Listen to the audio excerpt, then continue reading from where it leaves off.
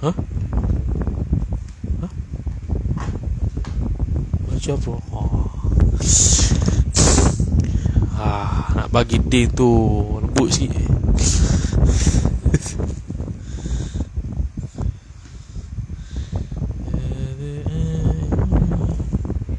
Hah? Leh. Assalamualaikum warahmatullahi wabarakatuh. A'udzu billahi minasyaitonir rajim. Bismillahirrahmanirrahim. Alhamdulillahi rabbil alamin, wassalatu wassalamu ala asyrafil anbiya'i wal mursalin sayyidina Muhammadin wa ala alihi wa sahbihi ajma'in. Subhanaka la ilma lana illa ma 'allamtana innaka antal alimul hakim. Wala hawla wala quwwata illa billahil aliyyil azim. Rabbi shrah li sadri wa yassir li amri wahlul 'uqdatam min lisani yafqahu qawli wasaddid lisani wahdi qalbi bihaqqi nabiyyika Muhammad sallallahu alaihi wasallam. Allahumma aghnina bil ilmi wa zayyinna bil hilmi wa akrimna bit taqwa wa jammilna bil afiyah. نوينا التعلم والتعليم والتذكر والتذكير والنفع والانتفاع والإفادة والاستفادة والحث على التمسك بكتاب الله وسنة رسوله صلى الله عليه وسلم ودعاء إلى الهدى والدلالة على الخير ابتغاء وجه الله مرضاته وقربه وثوابه سبحانه وتعالى آمين يا رب العالمين.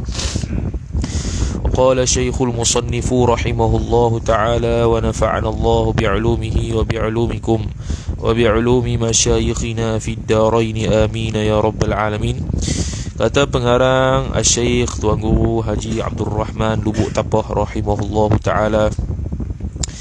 Dan kesembilannya bahawa tiada ada imam kurang daripada makmum dengan sebab perempuan atau khuntha.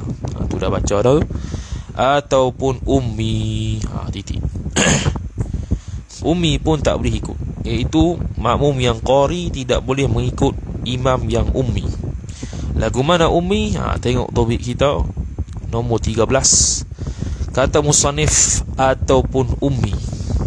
Dalam kitab Hasyiah I'anatul Talibin ala Fathil Mu'in karangan Syekh Abu Bakar Syattar rahimahullah ta'ala menyebutkan tidak sah makmum yang qari mengikut imam yang ummi. Itu secara umum lah. Sebab apa? Sebab nanti dia baca salah dalam bab rukun qauli iaitu Fatihah. Maka tidak sah untuk dia mengikuti makmum yang mengikuti imam yang ummi. Lepas tu ummi itu apa? Ummi dari sudut bahasa Arab ialah seseorang yang tidak pandai membaca dan menulis. Itu sudut lughah lah. Musannif pengarang pedoman semayang berjemaah kita ni menggunakan istilah ummi secara majas sahaja. Secara majas sahaja. Kenapa? Kerana ummi yang dimaksudkan di sini ialah orang yang cacat bacaan Al-Fatihahnya ataupun sebahagian Al-Fatihahnya meskipun satu haraf daripadanya. Tu ummi yang dimaksud kat sini lah. Jadi tak termasuklah menulis tu. Jadi ummi pada bahasa Arabnya kena pada dua, tak pandai baca dan menulis. Jadi bila diitlaqkan ummi kepada orang yang cacat bacaan Fatihahnya ataupun sebahagian Fatihahnya walaupun satu huruf, maka dipanggil sebagai ummi secara majas, kerana tak ada kaitan dengan menulis tu. Maksud mencacatkan, bukan mencacarkan. Cacar tu penyakit. Maksud mencacatkan bacaan Al-Fatihah ialah tidak baik penyebutan huruf-huruf dalam surah Al-Fatihah. Makhraj huruf tak kena lah. Tu kena mengaji tajwid suku. Makhraj huruf kena. Sifat-sifat huruf dan sebagainya, hak tu dalam tajwid. Jadi kalau jadi baca Fatihah sajalah. Bacaan Fatihah, nanti bacaan surah akan datang. Bacaan surah kalau silap lagu mana. Bacaan Fatihah dia tidak baik dari sudut penyebutan huruf-huruf dalam surah Fatihah. Dengan makna kalau dia huruf, dia ke huruf. Kalau dia sebut huruf tersebut kena pada makhraj huruf lain, bukannya makhraj huruf yang itu yang dimaksudkan. Contoh huruf ta jadi dha.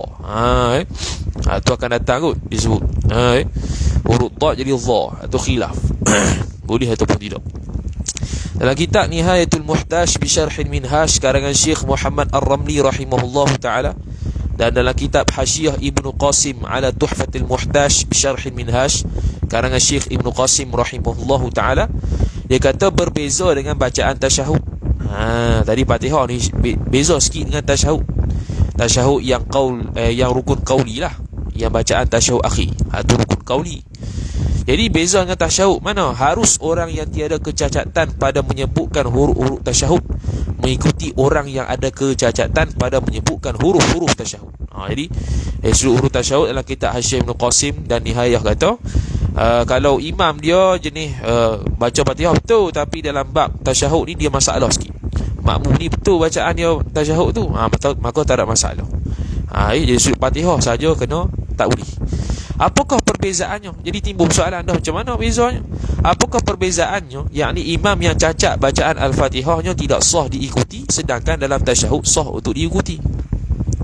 Jawapannya ialah perbezaannya ialah keadaan imam itu menanggung bacaan Al-Fatihah. Itu pertamanya, keadaan Al-Fatihah tu kalau makmum tak habis baca ke ataupun tak sempat qadar bacaan Fatihah bersama imam diri tu, maka ditanggung. Jadi imam menanggung bacaan Al-Fatihah. Lepas tu bacaan Fatihah imam kena betul, kerana dia nak menanggung bacaan Fatihah orang lain. Maka orang yang cacat bacaannya bacaan Al-Fatihah tidak mampu untuk menanggung Al-Fatihah orang lain, sedangkan tidak berlaku sedemikian pada tasyahud. Tasyahud ni dia tak ada istilah tanggung tasyahud akhir, tak ada. Tasyahud baca sendirilah. Kalau tu imam baca dah bagi salam sekalipun, nak duduk situ sampai maghrib pun tak ada masalah. Tak ada masalah, tak ada istilah tanggung tasyahud akhir, tak ada. Maka diberikan rukhsah ataupun sah saja sembahyang orang makmum yang reti baca tasyahud lebih betul daripada imam. Sebahagian daripada perkara yang menunjukkan oleh bahawasanya tidak disyaratkan dalam tasyahud itu tertib atas bahawa tasyahud itu lebih luas. Al-Fatihah kena tertib. Satu. Kalau tasyahud akhir ni pun tertib juga, tapi dia ni lebih luas. Lebih luas hukum dia. Kalau Fatihah dia tayyiq, dia syadid sikit. Kalau tasyahud lebih luas hukum dia. Jadi tak ada masalah lah. Tu ilat yang kedua lah. Ilat yang kedua kenapa orang makmum yang baca tasyahud tak apa nak betul boleh ikut imam yang baca tasyahud. Makmum yang baca tasyahud dengan betul mengikut imam yang baca tasyahud yang tak apa betul. Dalam kitab Hasyiah Al-Birmawi ala Fathil Qarib karangan Syekh Ibrahim Al-Birmawi rahimahullahu taala menyebutkan alasan ini tidak kuat. Kerana telah terdahulu sebutnya bahawa kecacatan pada sebahagian huruf-huruf bersabdu dalam tasyahud itu memberi kecacatan juga. Ni rad. Betul lah. Lagi kitab Hasyiah I'anatul Talibin Syekh Abu Bakar Syattar rahimahullahu taala sebut, apabila seseorang meninggalkan sabdu dengan makna dia mentakhfifkan bacaan tersebut. Contoh asyhadu alla, dia baca an la, hukum dia tidak sah. Jadi ini kritikan Al-Imam Ibrahim Al-Birmawi kepada pandangan yang mengatakan sah saja makmum yang reti baca tasyahud mengikuti imam yang tak apa nak reti baca tasyahud. Dia rad lah. Alasan ni tak kuat. Alasan yang dia kata sebab Fatihah tu ditanggungkan oleh imam, tasyahud tu tak ditanggung imam, maka sah sajalah. Alasan tu tidak kuat, kata Imam Birmawi rahimahullah ta'ala, kerana telah tersebut dahulu bahawasanya, dahulu itulah kitab dia lah, bahawa kecacatan pada sebahagian huruf-huruf bersabdu dalam tasyahud itu memberikan kecacatan juga, yakni tidak sah sembahyang makmum ketika itu, sedangkan imam yang baca tasyahud tidak berapa tepat itu sah sembahyang. Untuk imam tak apalah, untuk kita yang ikut jam. Jadi Fatihah orang yang ummi, dia kesembahyang sendiri tak apalah untuk dia. Untuk dia tak apa, untuk dia tanggung orang lain tu tak boleh, ataupun orang lain nak ikut dia tak boleh. Jadi alasan yang pertama, jadi khilaf ulama di sinilah dalam bab tasyahud. Dalam Nihayah dan Ibnu Qasim kata sah saja kerana dia bukan tanggung bacaan tasyahud. Imam Ibrahim Al-Birmawi kata tak sah kerana berkemungkinan dia mentakhfifkan benda yang mentasydidkan, benda huruf yang ditasydidkan, sedangkan tu wajib.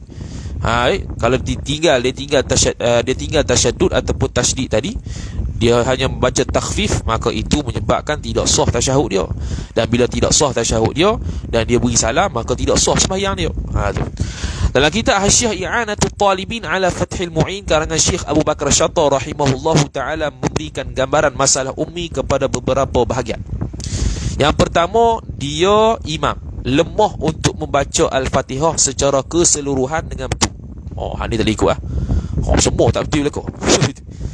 Yang kedua, dia lemah daripada mengeluarkan huruf-huruf Al-Fatihah daripada makhraj hurufnya. Yang kedua, ni umi. Jadi umi ni ada banyak lah. Yang pertama, umi seluruhnya, seluruh Fatihah tak reti lah kau. Ataupun sebahagian sahaja huruf-huruf tertentu dalam Fatihah dia tak keluar dengan betul daripada makhraj dia. Maka persoalan dia, apakah perbezaan antara A dan B? A iaitu dia lemah untuk membaca Al-Fatihah dengan secara keseluruhan, dengan dia lemah daripada mengeluarkan huruf-huruf Al-Fatihah daripada makhrajnya yang betul. Apa beza dia? Jawabnya ialah, jikalau seseorang lemah membaca Al-Fatihah keseluruhannya, niscaya lemah juga untuk mengeluarkan huruf-huruf daripada makhrajnya. Sebab tu lebih umum. Lemah baca Fatihah makna lagi teruk lah. Begitu juga sebaliknya.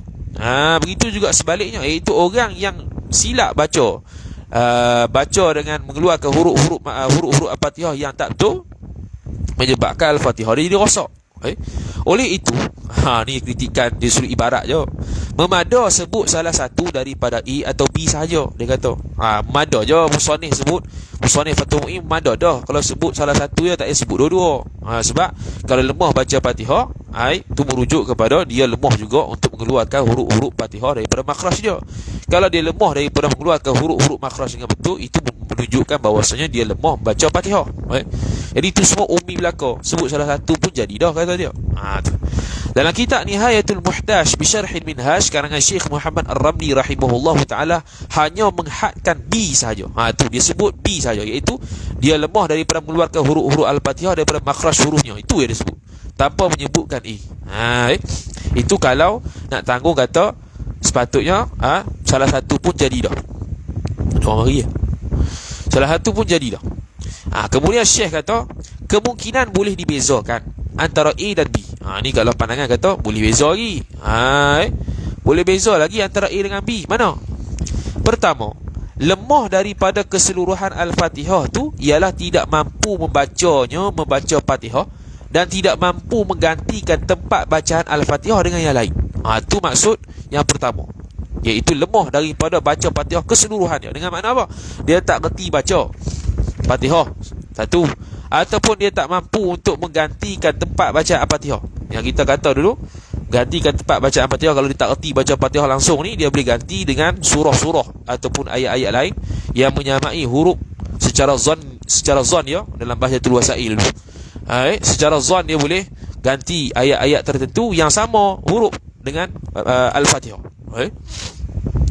Yang kedua, lemah mengeluarkan huruf-huruf daripada makhrajnya itu ialah tidak mampu menyebut huruf-huruf tersebut daripada makhraj-makhrajnya, sedangkan boleh mendatangkan bacaan lain untuk menggantikan tempat bacaan Al-Fatihah.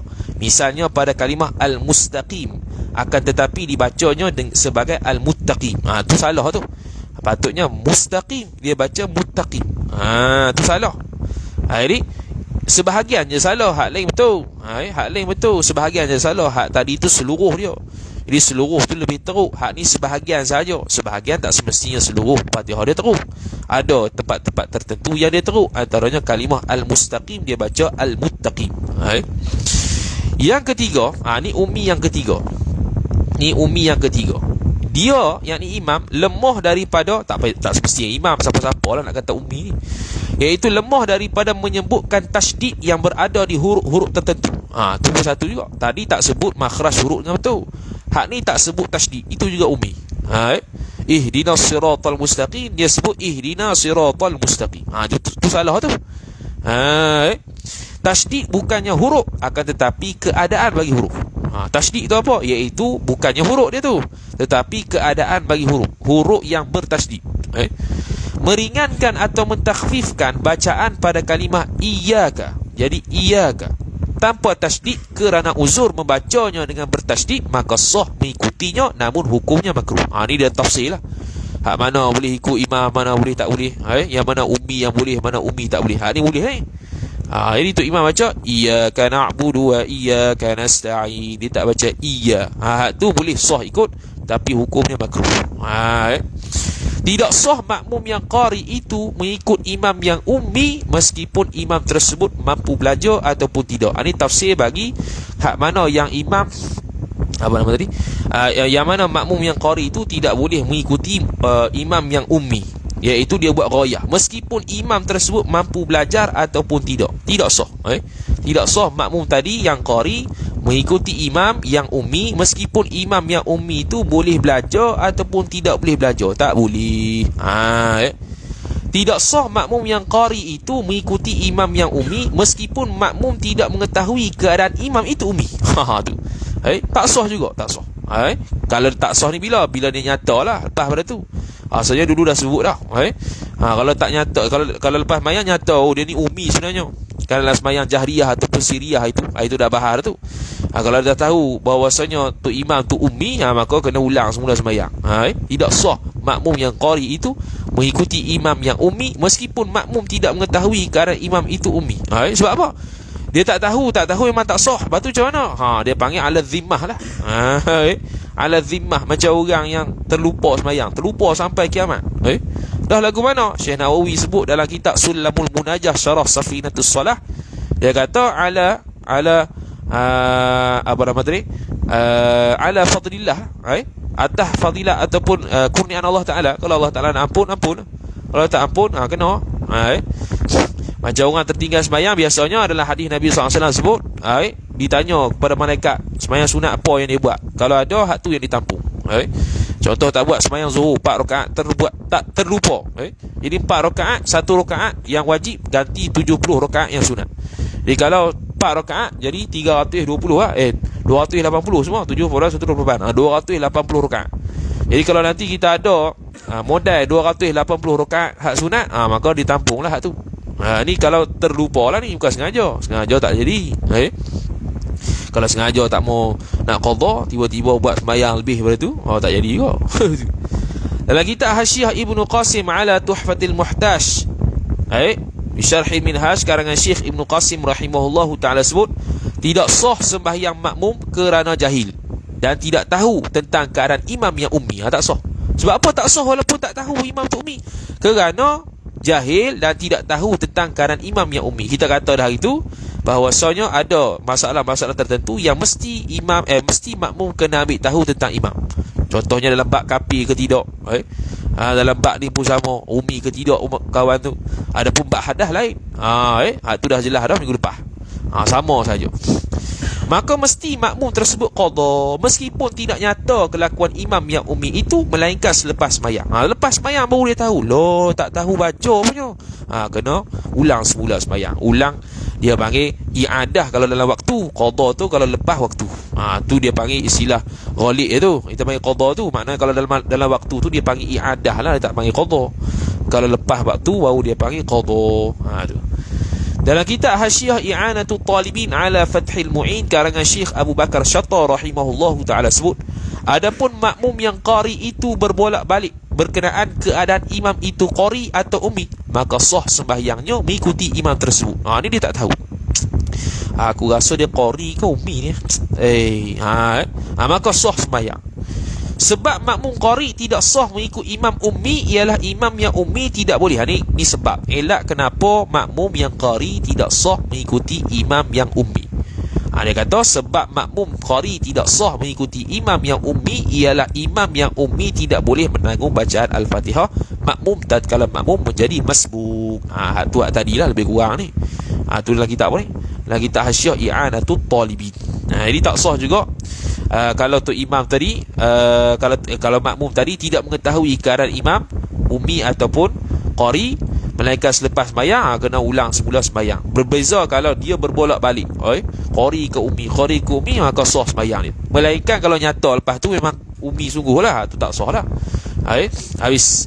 Adalah kitab Fathul Wahhab Syarah Manhajit Tullab karangan Syekhul Islam Zakaria Al-Ansari rahimahullahu ta'ala sebut, apabila imam tidak mampu membaikkan bacaan Al-Fatihahnya, yuhsinul Fatihah, maka tidak boleh dia menanggung bacaan orang lain. Tu.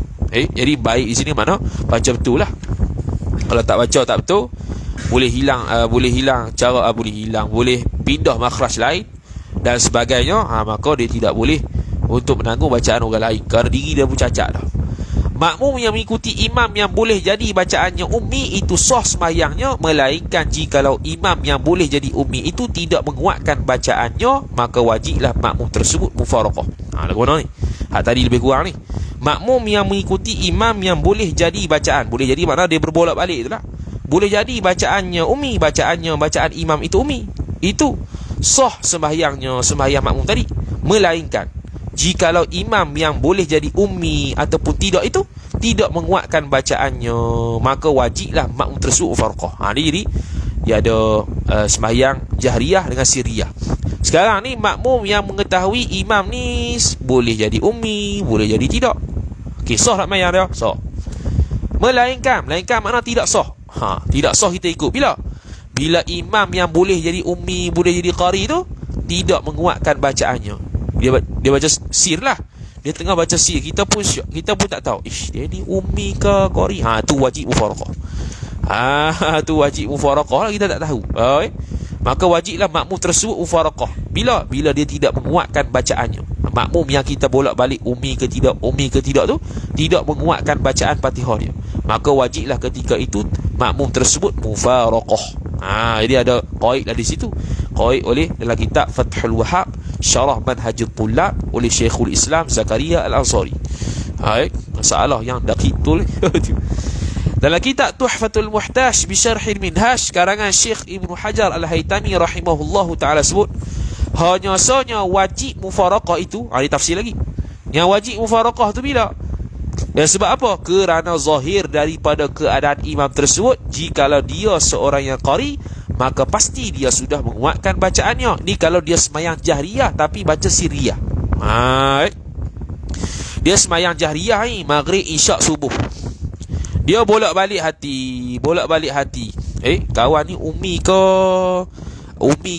qari. Sebab apa bolak-balik gitu? Sebab dia tu sembahyang jahriyah tapi dia baca slow. Kita pun bolak-balik. Kita pun bolak-balik. Dia baca slow. Bila sembahyang jahriyah dia baca slow, kita pula taraddud dia ni ummi ke tidak, maka wajib mufaraqah. Kerana apa? Kerana berkemungkinan dia itu kerana zahir daripada keadaan imam tersebut, jikalau dia seorang qari, maka pasti dia sudah menguatkan bacaannya. Kenapa sembahyang jahriyah dia tak baca kuat? Makna dia ada kemungkinan dia ini ummi. Sebab tu kalau berbolak-balik imam tersebut ummi ke ataupun qari, padahal pada sembahyang jahriyah dia pergi baca slow, maka kena mufaraqah. Kena mufaraqah sebab apa? Sebab kalau dia qari mesti dia baca kuat, takkan dia baca slow. Habis. Dalam kitab Nihayatul Muhtaj bi Syarhil Minhaj karangan Syekh Muhammad Ar-Ramli rahimahullahu taala sebut, tidak wajib mufaraqah lagi, bahkan hendaklah mengikuti imam tersebut. Dia khilaf lah. Jadi khilaf. Nihayatul Muhtaj lain pula pandangan dia. Dia kata tak wajib lagi mufaraqah. Lepas tu bahkan hendaklah mengikuti imam tersebut hingga salam. Kemudian selepas sembahyang, jikalau imam memberitahu bahawa dia perlahankan bacaan yang sepatutnya kuat kerana lupa, ataupun harus perlahankan suara bacaan dan dibenarkan dan diakui oleh makmum, maka tidak wajib mengqadanya, bahkan sunat sahaja qadha. Pelik sikit. Ni itu muhtaj. Tadi kita apa ni? Kita Tuhfatul Muhtaj. Tuhfatul Muhtaj kata kalau dia tu sembahyang jahriyah, imam baca slow dan kita taraddud ini ummi ke qari, maka wajib mufaraqah. Kenapa? Kerana illah dia kalau dia qari mesti baca kuat. Tu pandangan Syekh Ibn Hajar. Khilaf dengan Ramli. Syekh Ramli kata tak wajib mufaraqah lagi, ikut tu imam sampai salam. Walaupun kita bolak-balik dia qari ke ummi, qari ke ummi, sedangkan tu sembahyang jahriyah dia pergi baca slow. Tak payah lagi, tak payah mufaraqah lagi. Lepas tu pas sembahyang kita kena pas sembahyang kalau imam bagi tahu. Kalau imam kita, kalau kita pergi tanyalah. Kalau kita pergi tanyalah. Kalau tak tanya tak ada apa kita. Kalau tak tanya tak ada apa kita. Ni kalau kita tanya. Dan imam bagi tahu, aku pelan tadi bukan sebab aku tak erti baca. Sebab aku ni terlupa. Terlupa nak kuatkan. Ataupun aku ni memang nak slow dan diakui oleh makmum, boleh nak slow, tak ada masalah. Memang aku beritahu makmum lah tadi, aku nak baca slow, malas nak baca kuat, suara tak ada, contohlah. Maka dia tidak wajib mengqadanya. Tak wajib qadha lah, bahkan sunat sahaja qadha. Lepas tu membahaskan imam tu wajib tak? Wajib membahaskan berkenaan dengan keadaan imam tersebut. Kita kena tanya. Kena tanya. Oi, tadi hang baca slow sebab apa? Aku nak tahu aku taradud tadi hang ni umi ke qori. Dah lah, aku tak kenal hang ni, cari pasal lah. Tanya gitu. Dia pun kata, "Oh, tadi saya terlupa." Patutnya baca kuat, lupa. Ataupun saya memang nak baca slow pun, memang saya baca makmum dah awal-awal tadi memang nak baca slow sebab suara tak apa nak kuat. Untuk imam lain pun tak ada. Jadi untuk imam, jadi saya baca slow lah. Itu. Jadi menurut Syekh Ramli kata, tak wajib qadha, sunat saja. Tapi membahaskan nak mengambil tahu tentang imam tu qari ataupun tidak, lepas tu wajib. Tu Syekh Ramli lah. Kalau Syekh Ibn Hajar awal-awal dah kena mufaraqah. Adapun pada sembahyang tu sembahyang jahriyah yang baca slow, ni sembahyang sirriyah.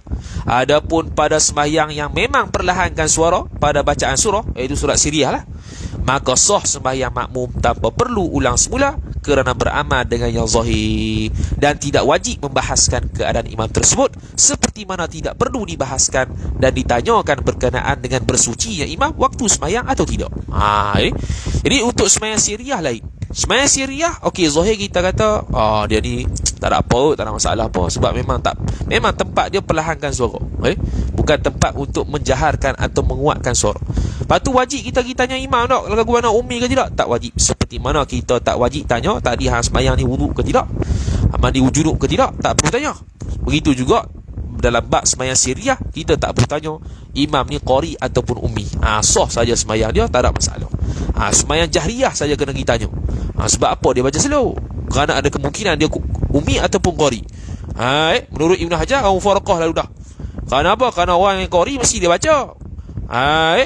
Kalau Syekh Ramli kata, ikut lu sampai salam, lepas tu kena tanya. Kena tanya. Kalau dia slow tu sebab terlupa ke, atau memang dia baca slow ke, tu sunat saja, qadha tak wajib. Habis. Dua-dua mutamat lah ke? Tu Syekh Ibn Hajar dengan Syekh Ramli, i'tamada Syekh Ibn Hajar, i'tamada Ar-Ramli, mutamat lah belakang. Kita Hasyiah Jamal kata sembahyang duha lain dia pada sembahyang isyraq, wa huwa mu'tamad. Hasyiah I'anatul Talibin kata, qala Ibn Abbas salatul duha huwa salatul isyraq wa huwa mu'tamad. Ini mu'tamad belakang. Tu khilaf lah mu'tamad pada Hasyiah dalam kitab Hasyiah I'anatul Talibin ala Fathil Mu'in karangan Syekh Abu Bakar Syatta rahimahullahu ta'ala sebut pandangan mu'tamad. Ni pandangan mu'tamad, tanya. Pandangan mu'tamad dalam masalah ini menurut dia lah. Sebab Muhasyi ni lain-lain. Muhasyi ni dia memuktamadkan untuk menurut pandangan dia. Pandangan mu'tamad dalam masalah ini ialah tidak wajib mufaraqah. Dia menurut pandangan Syekh Ramli tak wajib mufaraqah. Tu. Menurut Syekh Al-Malibari rahimahullah dalam Fathul Mu'in, jikalau seorang mengikut imam yang boleh jadi dia seorang ummi ataupun tidak, maka jikalau dia teruskan sembahyang bersamanya dalam keadaan jahil keadaan imamnya sehingga salam, maka wajib qadha selagi mana tidak jelas keadaan imam itu sebagai qari. Syekh Al-Maribari rahimahullahu ta'ala seolah-olah berpandangan seperti gurunya Syekh Ibn Hajar, suruh mufaraqah. Dia kata apa? Jikalau seorang mengikut imam yang boleh jadi dia seorang ummi, yang ni boleh jadi dia ni ummi ataupun tidak, maka jikalau, yang ni tafsir lah, maka jikalau dia teruskan sembahyang bersamanya dalam keadaan jahil keadaan imamnya sehingga salam, maka wajib qadha selagi mana tidak jelas keadaan imam itu sebagai qari. Tak jelas tengah sembahyang tu, dia ni qari ke ummi, sampailah salam, maka wajib qadha, wajib ulang. Tapi jika jelas ketika sembahyang bahawa imam itu qari, tengah-tengah sembahyang dia baca kuat lah rakaat kedua, dia qari rupanya, ni saya tidak wajib baginya ulang sembahyang semula. Dia nak macam seolah-olah Ibn Hajar, tapi bukan Ibn Hajar. Ibn Hajar lalu tu suruh mufaraqah. Jadi Syekh Ibn Fathul Mu'in kita ni dia tafsirkan. Dia tafsirkan. Okey, kalau diikut sampai salam, dia ikut sampai salam. Mana tadi? Dia ikut sampai salam. Dan dia tak tahu keadaan imam tu, jahil lah, keadaan imam tak tahu qari ke ummi, sampai salam, maka wajib dia qadha bila selama mana dia semayang tu dia tak dapat detect dia ni qari ke tidak. Kalau dapat detect qari, maka tak perlu qadha ataupun ulang semayang. Beza Ibn Hajar kalau dia itu semayang jahriyah, dia baca secara sirriyah, memang kena mufaraqah lalu dah. Kalau berbolak hati dia ni qari atau ummi, tu tanpa ada qaid macam Fathul Mu'in ni. Habis. Tempat untuk mengatakan tidak sahnya makmum qari mengikut imam yang ummi. Oh, banyak ni. Rasanya satu perkataan juga kan ni. Aduh lah. Tempat untuk mengatakan tidak sah, dia panggil mahal. Mahallu adami sihhatihi. Tempat untuk mengatakan tidak sahnya makmum qari mengikut imam yang ummi. Yang kata makmum qari tak boleh ikut imam yang ummi ni bila? Jikalau tidak sama imam dan makmum pada satu haraf yang lemah daripada menyebutnya. Pula dia tafsir ni. Yang kata tak sahnya makmum yang qari mengikut imam yang ummi ni bila? Jikalau tidak sama imam dan makmum pada satu haraf yang lemah daripada menyebutnya.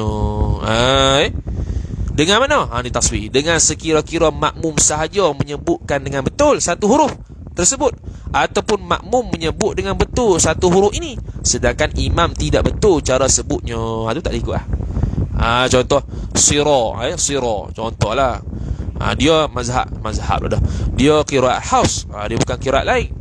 Tu imam baca si dengan sin, makmum baca sad. Jadi makmum betul tu. Makmum betul satu huruf sad tu. Imam baca tak betul, dia baca sin. Padahal dia taqlid qiraat Hafs an Asim tu, bukan qiraat lain. Kalau qiraat lain, tu tak ada masalah tu. Dia bukan reti pun qiraat lain, dia qiraat Hafs. Dia baca si, dia tak baca si. Ini tak betul. Ini kira umi.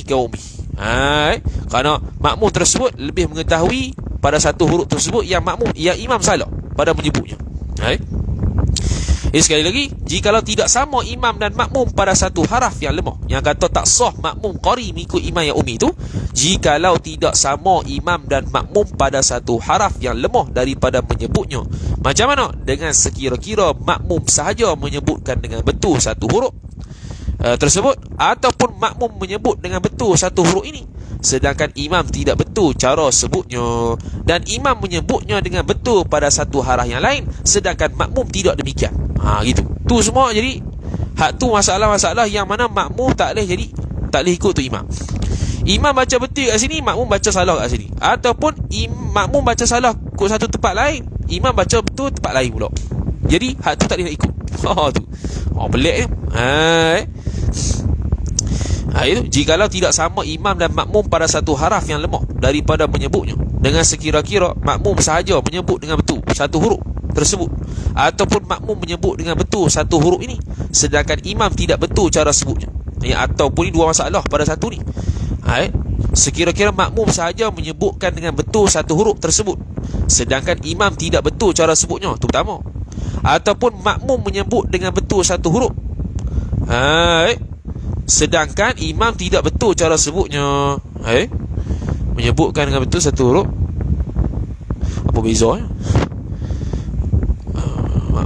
Makmum sahaja menyebutkan dengan betul satu huruf tersebut, ataupun makmum menyebut dengan betul. Okey, dua masalah. Makmum sahaja menyebutkan betul satu huruf, dengan makna imam tak betul, ataupun makmum menyebut dengan betul satu huruf ini, sedangkan imam tidak betul cara sebutnya, dan imam menyebutkan dengan betul pada satu haraf yang lain. Okey, dua masalah. Contoh kita kata, pertamanya taswir tu, makmum sahaja menyebutkan dengan betul satu huruf tersebut, titik. Dengan makna imam menyebut tak betul, makmum sebut tu. Contoh sin dengan sad tadi. Siratal ladzi, makmum baca sad, dia baca sin. Makna itu ummi. Pertama. Ataupun masalah kedua, makmum sebut betul sad, imam sebut salah sin. Pada masa yang sama, di huruf yang lain, makmum sebut salah, imam sebut tu. Hak tu pun ummi juga. Faham ni? Hak tadi satu ya. Sad dengan sin. Okey. Makmum sebut sad dengan betul, imam sebut sin. Okey, ummi lah. Yang kedua ni, okey, kita ambil tadi sad dengan sin. Makmum sebut betul sad, imam sebut salah sin. Pada huruf yang lain, makmum salah sebut, imam betul sebut. Contoh, makmum betul huruf ra, contohlah. Huruf ra. Makmum salah huruf ra. Cara sebut salah huruf ra. Imam sebut ra dengan betul. Jadi ada kalanya satu huruf yang makmum salah sebut, yang imam betul. Ada kalanya makmum yang betul sebut huruf dia, tapi imam salah. Jadi seri je situ. Itu pun ummi juga. Itu pun ummi juga. Apa dia? Yang kita tak nak ikut dia. Kalau yang ikut ummi memang ummi belaka. Yang kita nak ikut imam ni boleh ke tak? Situasi gitu pun tak boleh juga. Habis. Andai kata sama tempat salah. Ni beza, tadi beza, ni sama. Contoh apa? Contoh dua-dua baca sin belaka. Dua-dua baca sirata. Contoh. Andai kata sama tempat salahnya sebutan huruf tersebut antara imam dan makmum, maka sah sembahyang makmum mengikutinya meskipun dalam sembahyang jemaat. Tu. Jadi syaratnya ialah jangan beza. Kalau nak ikut jugalah makmum, imam yang ummi tu kena sama. Kami sebut sin belaka. Kami sebut sin belaka. Semua makmum 40 Jumaat semua sebut sin. Kami bukan mazhab qiraat lain, memang qiraat hafs, tapi memang tak nak sebut sad. Sebut sin je. Semua pakat si. Tu tak apa. Sah sembahyang Jumaat. Jadi sembahyang Jumaat yang kata yang kata ummi tak sah ni kena tafsir ya. Kena tafsir. Apa dia yang tak boleh tu, apa dia yang boleh. Tu. Dahsyat.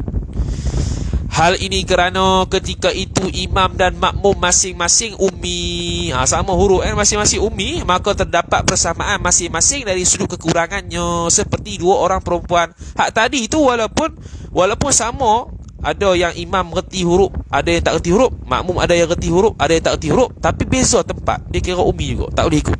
Tapi kalau sama tempat apa? Sama tempat dengan mana sama status ummi dia pada huruf tersebut. Kalau hak tadi tak sama status ummi dia pada huruf lain-lain, dia tak sama. Ada yang imam boleh huruf ni, makmum tak boleh. Ada yang imam tak boleh huruf ni, makmum boleh. Jadi tak boleh ikut tu. Dia kena tempat yang sama baru boleh ummi ikut ummi.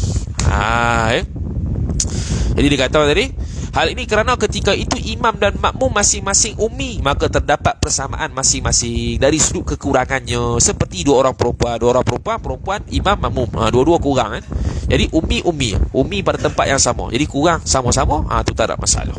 Adapun kurang lain-lain, tu tak boleh. Habis. Dalam kitab Al-Imdad, syarahnya Syekh Ibn Hajar, Al-Irsyad bi Syarhil Imdad. Dia kata jikalau sepakat 40 orang kesemuanya ummi pada menyebutkan mana-mana huruf yang sama lemahnya daripada menyebutkannya, maka sah salah satu daripada mereka menjadi imam, bahkan wajib atas mereka sembahyang Jumaat ketika itu. Macam tadi ya. Semua pakat sin lah kau. Itu macam mana ni? Boleh tak dia jadi tok imam ni? Dan makmum semua pakat baca sin lah kau. Pakat ni bukan kata pakat-pakat gitu, dia salah lah. Imam pun sin juga. Boleh sah buat Jumaat? Sah. Kena buat Jumaat, wajib. Tak boleh buat zuhur. Tu. Habis. Kalau ikut atas mazhab Syafi'i, kalau contoh ada seorang qari. Seorang qari ataupun 38 orang qari. Lagi 2 orang ummi. Tak cukup tu. Kena buat zuhur tu. Tak cukup. Ni semua ummi belaka. Semua ummi belaka pada tempat yang sama. Bukan beza-beza, tempat yang sama. Maka hak tu wajib Jumaat. Makna kalau sebaliknya, kalau ada yang ummi, ada yang qari, ataupun ummi tempat yang tak sama, maka hak tu zuhur lah. Dalam kitab Hasyiah I'anatul Talibin ala Fathil Mu'in karangan Syekh Abu Bakar Syata rahimahullahu ta'ala sebut, tidak ada perbezaan antara sepakat kedua-duanya pada haraf yang lemah daripada menyebutkannya, seperti imam dan makmum sama-sama lemah untuk menyebutkan haraf ra, kerana akan menjadi haraf ghaib apabila menyebutnya, ataupun berbeza antara imam dan makmum dengan sekira-kira imam sudah menyebutkan haraf ain sedangkan makmum lemah menyebutkan haraf lam. Pula dah. Syekh Ana kata tak ada beza pula, la farqa. Tadi ada beza. Tadi kitab apa? Tadi kitab tu. Kitab Syekh Ana juga tu. Kitab Syekh Ana juga tadi tu. Hak ni dia kata tak ada beza pula. Pening aku. Tidak ada perbezaan pula antara sepakat kedua-duanya pada haraf yang lemah daripada menyebutkannya, seperti imam dan makmum sama-sama lemah untuk menyebutkan haraf ra. Lemah. Tadi kan kita beza kan, kalau dia sama-sama ummi pada huruf yang sama tak apa. Kalau ummi huruf lain-lain tak boleh. Ni kata tak ada beza pula. Ada khilaf lah ni. Ada khilaf pula dah. Tu kerana akan menjadi haraf ghain. Huruf ra jadi ghain. Tak betul Huruf ra jadi ghin. Patutnya dia sebut ar jadi ar. Jadi pelat ra. Saya ada tu nama-nama pelat tu. Apa? Menjadi ghin apabila menyebutnya ra. Satu, ataupun berbeza antara imam dan makmum dengan sekira-kira imam sudah menyebutkan haraf ain sedangkan makmum lebah menyebutkan haraf lam. Maksudnya beza huruf lah. Beza huruf. Imam ni reti huruf ni, makmum reti huruf ni. Lepas tu ada yang makmum reti huruf ni, imam tak reti huruf ni. Beza kan? Dia kata tidak ada perbezaan antara sama ada sama-sama ummi pada huruf yang sama ke ataupun ummi pada huruf yang berbeza. Tidak ada beza pula. Tidak ada beza pula kata Syekh apa nama tadi? Syekh Abu Bakar Syattar rahimahullahu taala kitab Hasyiah I'anatu Talibin. Pula ada jadi khilaf lah tu. Gila tu. Gila-gila tapi sedap. Habis. Jadi macam mana tidak ada beza tu? Tak boleh ikut juga maksudnya. Tak boleh ikut juga. Tak ada beza lah benda tu. Tak ada ikut juga. Itu maksud dia. Tak ada ikut juga sebab dia ummi. Dia tetap ummi. Imam tu tetap ummi. Tak ada ikut juga. Tak ada beza lah antara sama-sama ummi ke, sama-sama ummi pada huruf yang sama ke ataupun huruf yang berbeza. Tak payah nak beza. Tak boleh juga ikut. Tu katanya lah. Habis. Antara ni nama-nama ummi. Antara orang yang dikategorikan sebagai ummi, yang pertama al-arat. Al-arat. Apa al-arat?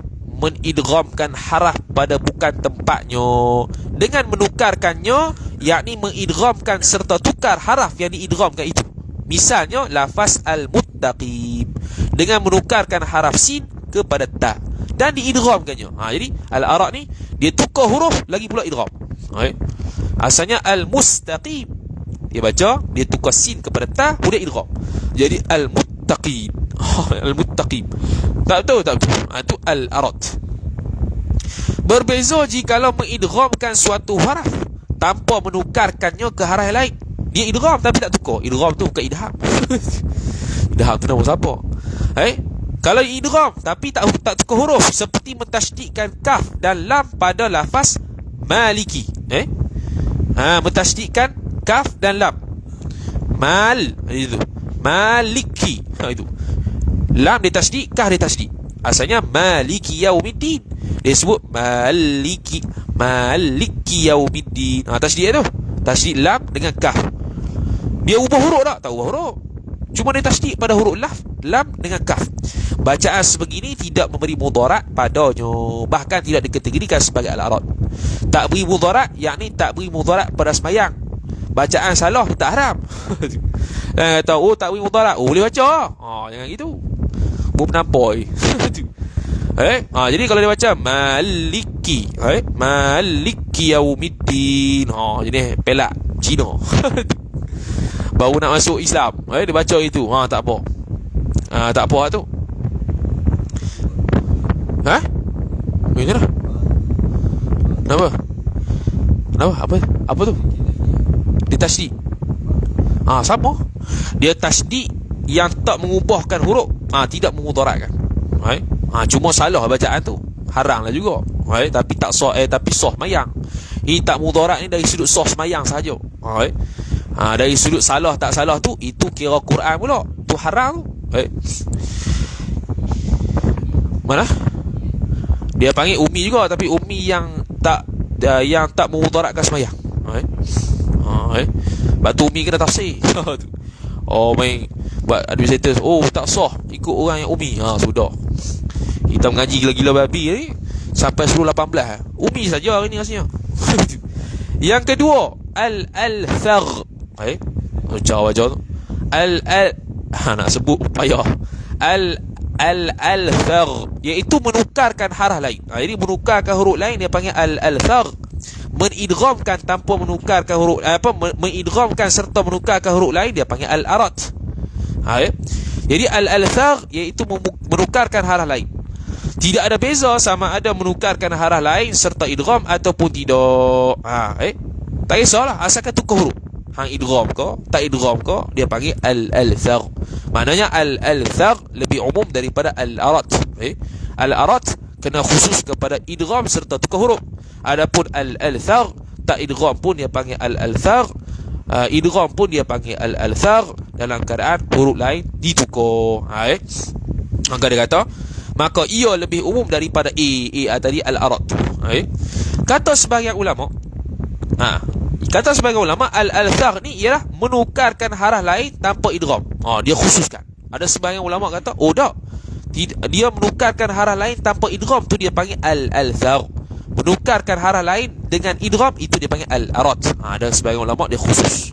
Atas pandangan ini maka ia berlainan dengan iaitu al-arad. Bezalah atas pandangan sebahagian ulama ni. Habis. Ini berbeza jikalau berlaku al-althaq. Hijau tak betul tu. Patutnya ada a alif lam tolak. Lam tolak al-althaq. Tu betul dah, althaq tu tak ada al. Tu. Ini berbeza jikalau berlaku al-althaq yang sedikit lagi. Yang sedikit lagi pula tidak mencegah asal makhraj harafnya. Tak teruk sangatlah al-althaq ni. Tak mencegah asal makhraj harafnya, meskipun tidak bagus, tidak baik bacaan dia. Tapi makhraj huruf itu boleh orang panggil suam-suam lah, boleh lah. Taklah tak teruk sangat. Maka dia tidak beri kesan dengan bacaan tersebut terhadap sembahyang seseorang. Jadi al-althaq dia menukarkan huruf lain. Jadi kalau dia makhraj huruf dia dekat-dekat. Contoh apa? Dekat-dekat.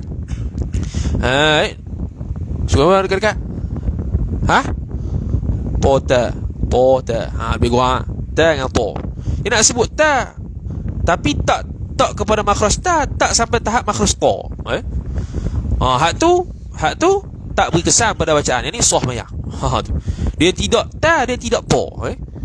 Jadi lari sikit lah daripada ta, tapi tak sampai tahap to. Tu sah tu. Sah bacaan. Sah mayang ya. Sah mayang. Tu al-althaq yang sedikit. Dia tidak tepat huruf makhraj ta, tapi tak sampai tahap makhraj huruf ta. Tu al-thaq yang sedikit. Kalau sampai huruf ta, tu al-thaq lah. Habis. Dalam kitab pula, Imam Ar-Ruyani rahimahullahu ta'ala pernah menceritakan daripada Ibnu Ghanim, iaitu Muqri Ibnu Suraish rahimahullahu ta'ala. Ibnu Ghanim berkata, sampai Ibnu Suraish pada masalah ini, maka dia Ibnu Suraish berkata tidak sah berimamkan imam yang al-thaq, sedangkan al-thaqnya itu sedikit. Itu pandangan Ibnu Suraish. Al-thaq sedikit pun tak sah. Dan padaku mana Ibnu Ghanim juga seumpamanya. Aku pun pandangan gitu. Maka menjadi malu aku untuk aku kata padanya, adakah sah berimamkan kamu Ibnu Suraish? sebab tu dia macam tu. Maka berkata aku Ibnu Ghanim, adakah sah berimamkan aku? Ibnu Suraish menjawab, ya sah, dan berimamkan aku pun sah. Maknanya apa? Maknanya kedua-dua berpandangan mengatakan bahawasanya al-althaq yang sedikit itu tak sah. Mana ada cerita lah Ibnu Suraish ni jadi tu imam, dia ada al-althaq sikit. Dia ada al-althaq yang sedikit. Yang mana dia Ibnu Ghanim berasa al-imam Ibnu Suraish ada al-althaq yang sedikit. Lepas tu dia bahas tu. Dia bahas tu. Kalau al-althaq yang sedikit ni sah ke tak imam? Dia tak berani kata direct sah ke ikut hang ni. Dia tanya dulu, sah ke tak beriman ke al-althaq ni yang sedikit? Dia kata tak sah. Menurut dia lah. Tadi kita kata sah. Tadi tu kat kat kitab Asyah tu yang nah. Maka dia kata aku malu nak tanya, adakah sah berimamkan kamu Ibnu Suraish? Maka aku kata Ibnu Ghanim, adakah sah berimamkan aku? Yang ni bersah ke berimamkan? Tu silap tu. Adakah sah aku menjadi makmum kepada engkau yang menjadi imam? Gitu Adakah sah berimamkan aku? Berimamkan aku macam Ibnu Ghanim boleh jadi imam. Bukan betul. Adakah sah berimamkan aku Ibnu Ghanim? Ibnu Suraish pun jawab, ya, kamu sah dan berimamkan aku pun sah.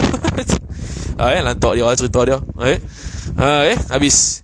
Orang yang berstatus ummi adalah sah sembahyang diri sendiri. Itu soalan. Adakah orang yang berstatus ummi sah tak sembahyang diri dia? Sudah. Padanya terdapat perincian. Tu pekoh tak boleh nak jawab. Dia tu perincian banyak. Sebab gila.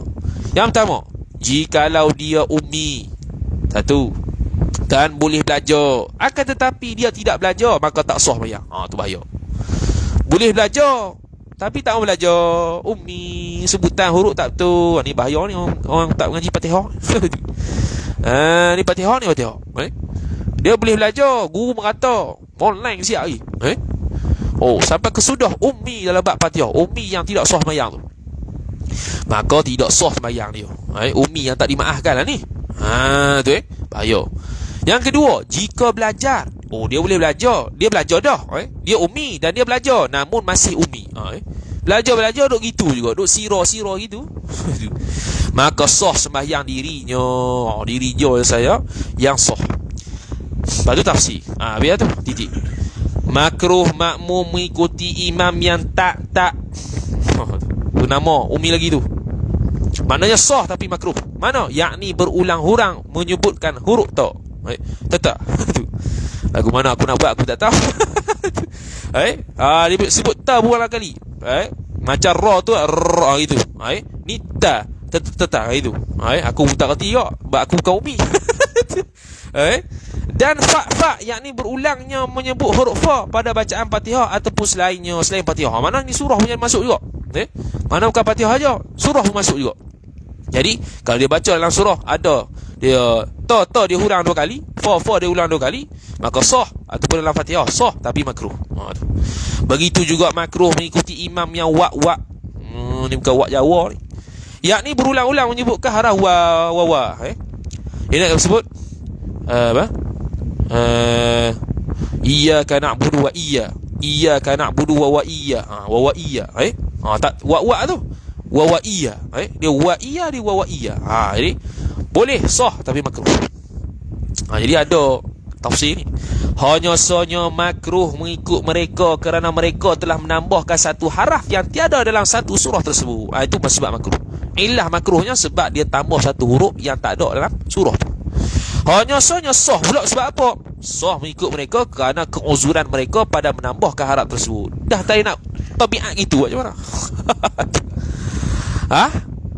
Gagak ah. Ni gagak ni. Tu tak fa tu. Tu. Begitu juga makruh makmum mengikut imam yang terdapat lahan, yakni kesalahan pada bacaannya yang tidak mengubah makna. Ni lagi. Bacaannya salah tapi tak mengubah makna. Boleh sah makmum mengikut imam tapi makruh. Seperti membaris depankan haraf hu pada lafaz lillah, pada lafaz lillah. Patutnya alhamdulillahi, dia baca alhamdulillahu. Alhamdulillahu rabbil alamin. Dia baca gitu. Lahan tu hukum haram tapi sah dia ikut dia. Sah tapi makruh. Dan membaris ataskan haraf dal pada na'budu. Baca na'budu, dia baca na'buda. Iyyaka na'budu wa iyyaka nasta'in. Sah tapi makruh. Atau membaris depankan haraf sad pada sirata, dia baca surata. Sah tapi makruh. Ataupun membaris depankan haraf dia baca ihdina. Macam mana? Uhduna. Meskipun tidak dinamakan sebagai lahan, yakni kesalahan menurut ulama nahwu. Ulama nahwu tak ada sebab boleh takdir banyak. Boleh takdir macam-macam. Boleh takdir macam-macam nahwu ni. Sah lah macam tu. Buat apa? Tak salah pun. Memang tak salah. Tapi Quran mutawatir dah macam gitu. Jadi hang sebut tu lahan jugalah dia panggil. Sah ikut tapi makruh. Jikalau melakukan kesalahan dengan sengaja, hukum dia haram meskipun sah sembahyangnya dan sah makmum mengikutinya. Tu nisbah tu imam lah. Dia buat lagu tu saja-saja ke? Wa iya. Wa itu. Hukum dia haram. Haram baca Quran itu. Tapi sah bayang. Ikut pun sah kau. Dalam kitab Hasyiah Al-Bijirmi 'ala al-Iqna' fi halli matni Abi Syuja' karangan Syekh Sulaiman Al-Bijirmi rahimahullahu taala, kata kesimpulannya. Ni baru kesimpulan. Wal hasilu. Yang pertama, lahan atau kesalahan dalam membaca itu hukum dia haram atas orang yang sengaja melakukannya, tahu kesalahan tersebut dan mampu melakukan bacaan dengan betul secara mutlak. 3. Baca lahan haram tu bila? Iaitu bila dia saja sebut itu. Satu. Dan dia saja sebut dalam keadaan dia tahu tu salah, dan dia mampu untuk membaca dengan betul, tapi dia buat hal salah, maka hukum dia haram. Kedua, adapun kesalahan bacaan yang tidak mengubah makna asal. Baca salah tapi tak mengubah makna, maka tidak memudaratkan pada sahnya sembahyang dan sahnya mengikuti oleh makmum secara mutlak. Mana tadi? Lahan macam itu haram atau orang yang sengaja melakukannya atau dengan betul. Okey, habis. Yang kedua tadi, adapun kesalahan bacaan yang tidak mengubah makna. Salah baca, ubah makna, tak ubah makna, maka tidak mudaratkan pada sahnya sembahyang. Secara mutlak tu yakni sama ada sengaja ataupun tidak buat salah baca tu. Secara mutlak ni sama ada dia buat tu sengaja ke salah baca ataupun tidak. Itu tidak memudaratkan sembahyang, sah sembahyang dia. Orang yang ikut sah tak? Sah. Cuma kalau dia sengaja baca salah, haram lah. Kalau tak sengaja, tak haram, tapi sah juga ikut. Itu.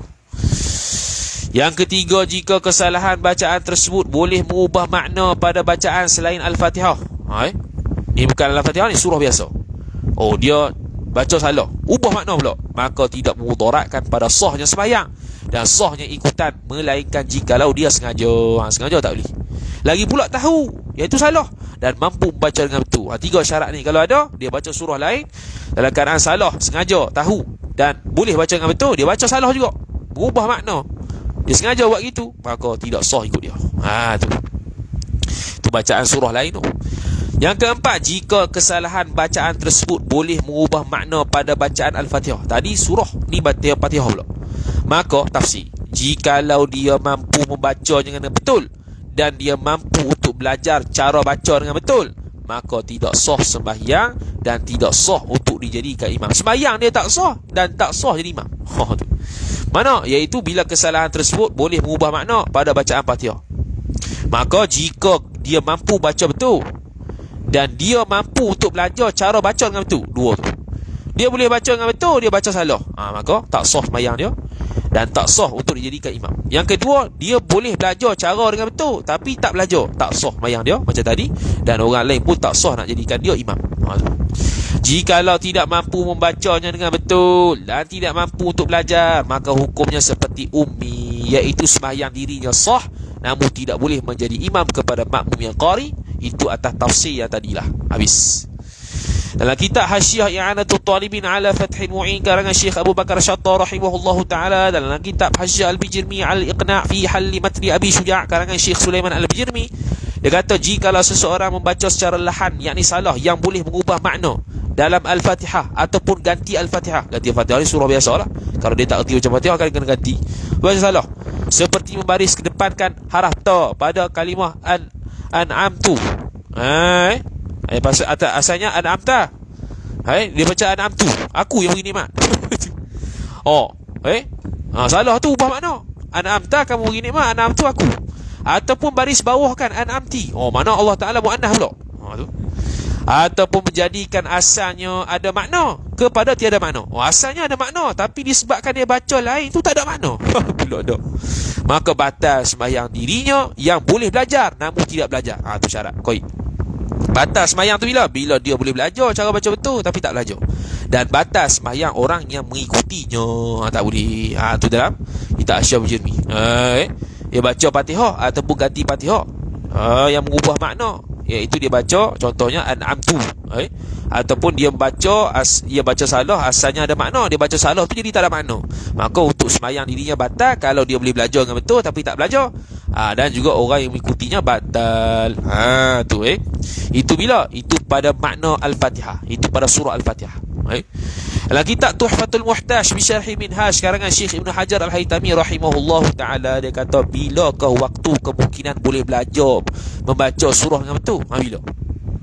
Bila waktu kemungkinan boleh belajar surah dengan betul? Dia kata tadi, yang pertamanya ialah orang yang baru masuk Islam, bermula waktu Islamnya. Tu kalau orang masuk Islam, bila yang boleh belajar surah dengan betul? Bila start masuk Islam lah. Seperti mana kata Imam Al-Baghawi rahimahullahu ta'ala, itu orang yang baru masuk Islam.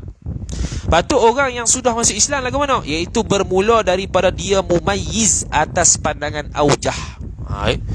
Pandangan mu'tamad kata start mumayyiz, bukan balik mumayyiz dah boleh belajar cara betul dah baca.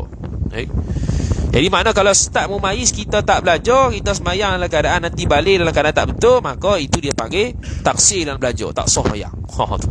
Dalam kitab Nihayatul Muhtaj fi Syarhil Minhaj karangan Syekh Muhammad Ar-Ramli rahimahullahu taala, orang yang sudah Islam pandangan aujahnya bukan wajib belajar semenjak daripada mumayyiz pula dah. Tu. Dia kata bukan mumayyiz pandangan aujahnya. Tu menurut Syekh Nihayah. Tu menurut Nihayah. Hak tadi Tuhfah. Di Tuhfah Ibnu Hajar kata, oh start mumayyiz pandangan aujahnya kena belajar dah. Oh Syekh Ramli kata bukan start daripada mumayyiz. Jika begitu dia kata, kalau start daripada mumayyiz, maka sudah ada taklifan syarak. Syarak tu bukan syarat. Taklifan syarak sebelum dia balik. Oh macam ada taklifan syarak pula lah. Kalau dia waktu mumayyiz tu dia kena start belajar, seolah-olah ada taklifan syarak, wajib belajar cara baca dengan betul waktu mumayyiz. Tu hujah dia. Orang yang baca secara lahan, yakni salah, membatalkan sembahyang dirinya kerana dia telah menyebut perkara yang bukan Al-Quran. Orang yang baca secara lahan, iaitu salah, membatalkan sembahyang dirinya. Orang yang baca lahan salah ni, dia membatalkan sembahyang dirinya kerana dia telah menyebut perkara yang bukan Al-Quran. Sebab tu dia baca Quran, baca benda yang tak betul. Jadi dia baca benda yang bukan Quran. Bercakap-cakap dengan perkara yang bukan Quran, itu membatalkan sembahyang. Dia seolah-olah cakap lah.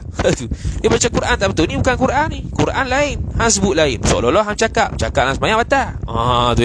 Serta tahu perkara tersebut mengubah makna. Tu syarat-syarat qaid tu. Tahu ubah makna dan melakukan dengan sengaja. Tu batal. Melakukan dengan sengaja, tahu benda tu ubah makna. Maka dia buat salah juga, dia baca salah juga, maka dia bukan baca Quran waktu tu, dia bercakap tu sengaja tak sengaja tu. Habis. Adapun jika sempit waktu, ni kalau tak ada waktu, sekira-kira mana sempit tu, tidak sempat belajar Al-Fatihah dengan betul, maka hendaklah dia sembahyang hormat waktu. Tu dia hormat waktu. Bukannya sah sembahyang, hormat waktu. Dan hendaklah dia kembali ulang semula sembahyang kerana kecuaiannya meninggalkan belajar. Bila kena ulang? Lepas reti baca Fatihah. Jadi dia tak reti baca Fatihah ni. Contoh dia masuk, contoh dia nak sembahyang zuhur, nak sembahyang zuhur tu lah. Masuk zuhur tak reti baca Fatihah. Duk cari orang tak ada, lepas sudah. Nak dekat asar ke 4 dah. Lagu mana tak ada juga orang ni. Sembahyang hormat waktu. Lepas tu sehari kena sembahyang balik, kena i'adah balik, kena qadha balik, lepas dia reti baca Fatihah. Tu dia. Jadi tak terlepas juga sembahyang tu daripada dia walaupun tak reti baca Fatihah. Dalam Hasyiah Ali, wallahu a'lam, sallallahu sallam ala sayyidina Muhammad wa ala alihi wa sahbihi wasallam. Habis tak habis Umi? Ini satu perkataan. Minggu lepas 3, hari ni 1. Banyak lagi tu Umi. Lagi 2-3 muka. Tu masalah Ummi. Satu kataan hari ni. Wallahu ta'ala alam. Wa sallallahu sallam ala sayyidina Muhammad wa ala alihi wa sahbihi wa baraka wa sallam. A'udzu billahi minasyaitonir rajim. Bismillahirrahmanirrahim. Alhamdulillahi rabbil alamin wassalatu wassalamu ala asyrafil anbiya'i wal mursalin sayyidina Muhammad wa ala alihi wa sahbihi ajma'in. Allahumma zidna ilma warzuqna fahma. Allahumma zidna ilma warzuqna fahma. Allahumma zidna ilma warzuqna fahma. Wa sallallahu wasallam ala sayyidina Muhammad wa ala alihi wa sahbihi wa baraka wa sallam. Walhamdulillahi rabbil alamin. Wassalamu alaikum warahmatullahi wabarakatuh.